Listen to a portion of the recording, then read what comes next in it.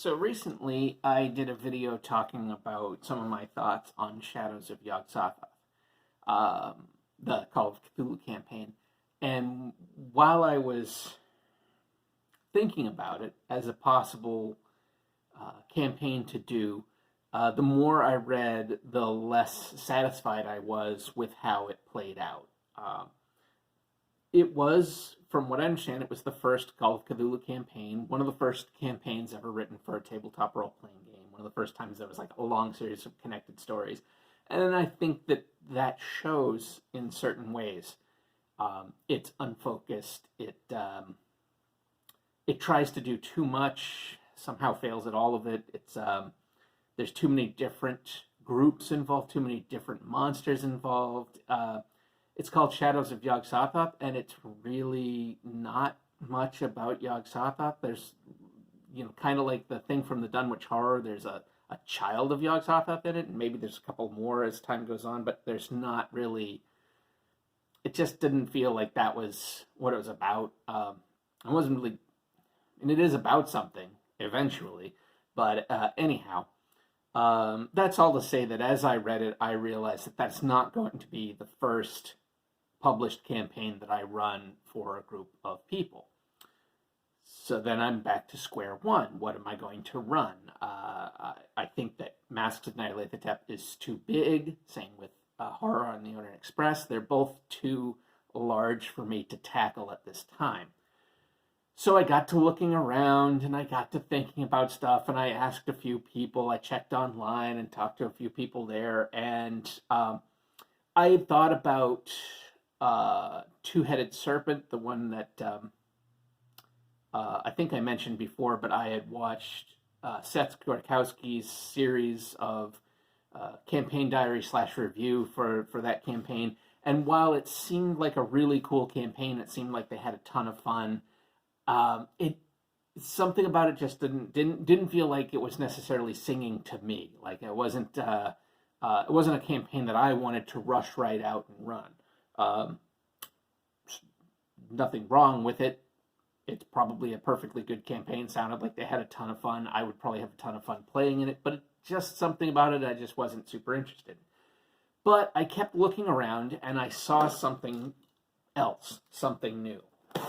Now, one of the challenges that I'm going to run into right now is that I don't have the 7th edition of Call of Cthulhu. I have the starter kit, so I have a gist of how the new rules work. Great. But I don't have the actual full-size rule books. I don't have the screen. And I don't have Pulp Cthulhu. The rules for making the game more pulp. And there we come into a lot of philosophical discussion, to be really pedantic, about Call of Cthulhu. Now, I love a very cosmic horror-focused, dark, grim, tough, everybody's going to die and go mad kind of game. I certainly like my mythos creatures as opposed to my traditional monsters, and all of that. So what do I do? The game typically has scenarios that feel a little more pulpy, a little more horror movie-esque. A lot of the published adventures feature lots of different monsters, whatever. And with a role-playing game, you frequently have groups of 3, 4, 5 people, which doesn't necessarily capture Lovecraft's single person going out, learning horrors, going mad. It doesn't necessarily capture that. And for that, the one-on-one scenarios, of which there are not very many, seem like they might be more appropriate. Or if I were to simply run a game with my own written stories for just one other person, it seems like that would maybe be a little bit more true to Lovecraft, if we want to get whatever.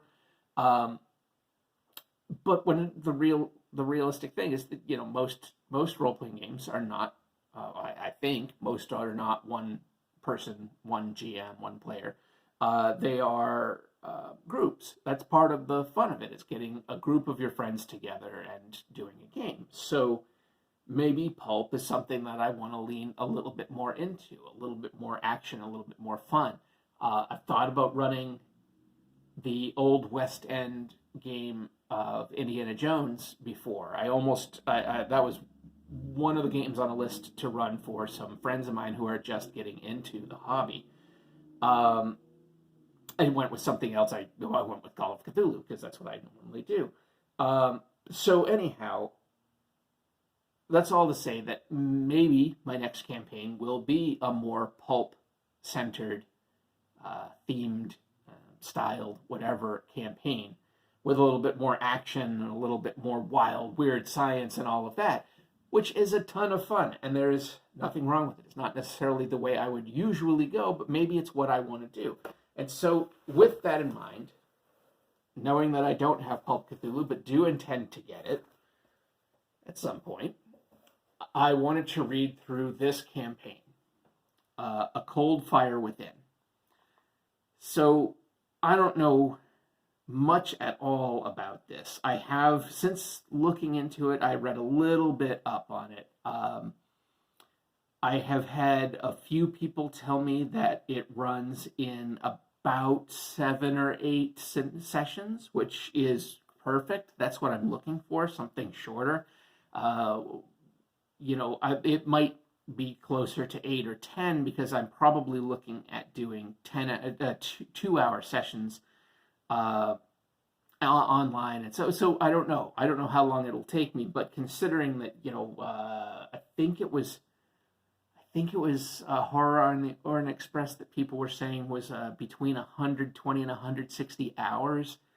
This is going to be a lot less than that.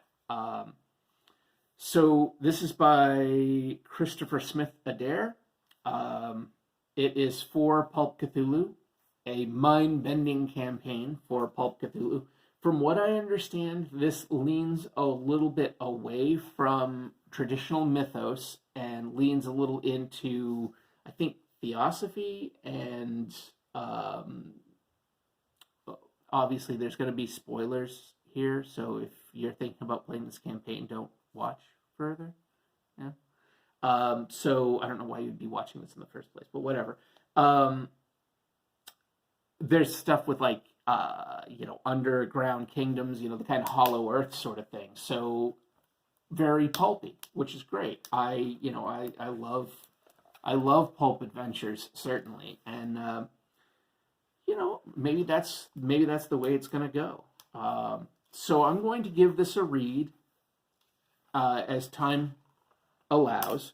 It's going to be one of my next things that I read. I like this art, so I'm gonna give this a read, and I'm gonna see if this is an appropriate game. It can't happen here. Yes, obviously, the whole point of that is it in fact can happen here. What? Okay, that looks wild. So I'll give it a read. I'll see if it seems like something that I will enjoy running and that my players will enjoy playing. Right now, I've been recently gaming with a couple of old friends online, and it's been great. I would like to possibly widen that out a little bit. I have some other friends who I would like to get involved in things, possibly. And as we're living in the days of the pandemic, and as the pandemic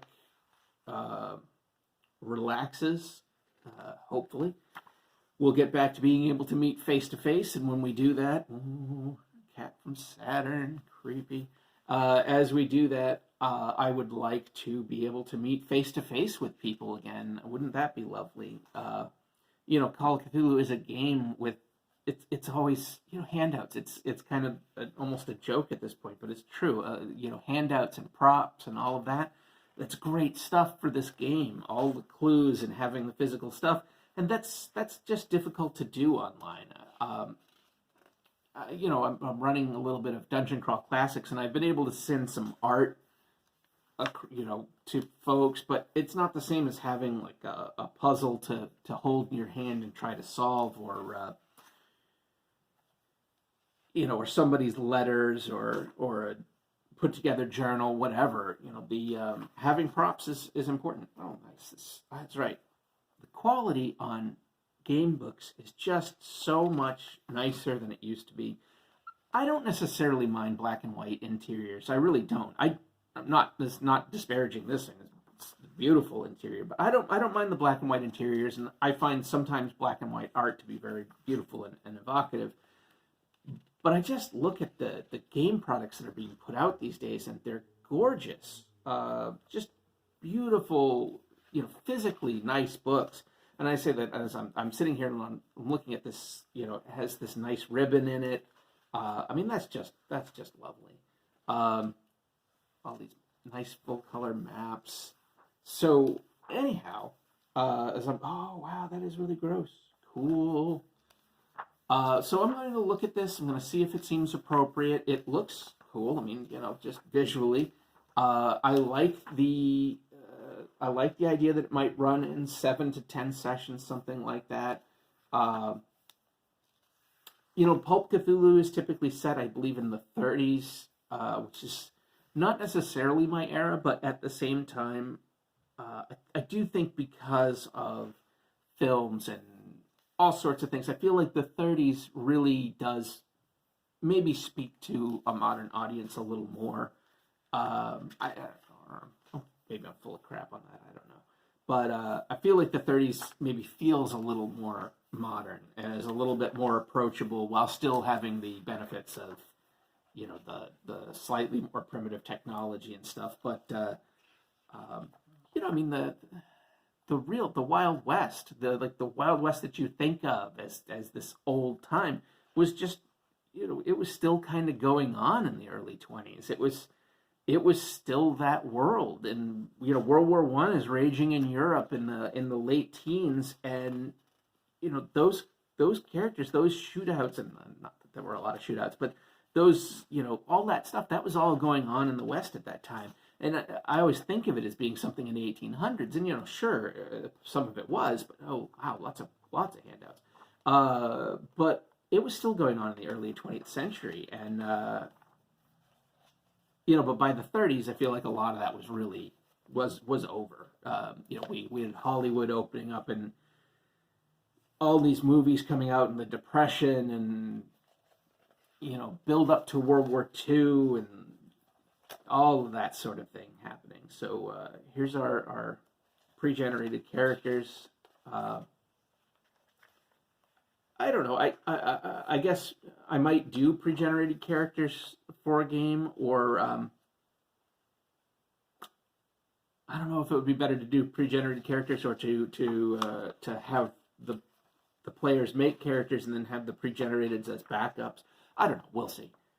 But so anyway, this looks great. This looks really cool. I don't know. I don't love the cover art. It's it's cartoony for my tastes. It's well executed. It's just not my style. Certainly not for Call of Cthulhu, but whatever. So here's A Cold Fire Within for Call of Cthulhu, Pulp Cthulhu. I'll give this a read soon. I'm going to see if it seems appropriate. I am going to have probably a video coming up talking about Shadows of Yog-Sothoth, what I thought of it, maybe a little bit of a review, a little bit of an exploration, my thoughts on some things that might be done to make it better, or how you might want to approach running it. Not that I have run it, so that's advice that's worth what you're paying for. Anyhow, that's all for today. I'll talk to you soon.